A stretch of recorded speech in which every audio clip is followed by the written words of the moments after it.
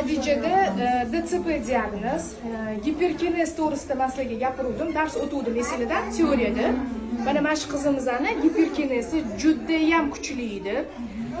Bu erta-yu kech tinmasdan yig'lardi va giperkinez aytganimdek, bola o'zi xohlamagan holda juda kuchli harakatlar qiladi va harakatlarni boshqara olmaydi. Hozir почти 1,5 yilmi, 1,5 yildan beri bizda lecheniya olishadi. Giperkinezlari ancha pasaygan, plus nima harakatlar yana?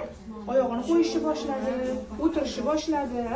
O'tiryapti, bir anaqa qilib g'o'dasini kuchayib anaqasida keyin yig'lashlari, yo'qoliga uxlashi. Qaysi murabbaga o'qiganlar? Robiya murabbasini bularni davolaydi. Tushundinglarmi? Bularda sudurga yo'q. Sudurgasi yo'q edi buni. Bemalol massajlarni hozir ancha uspokoyitsa qilgan, boshida juda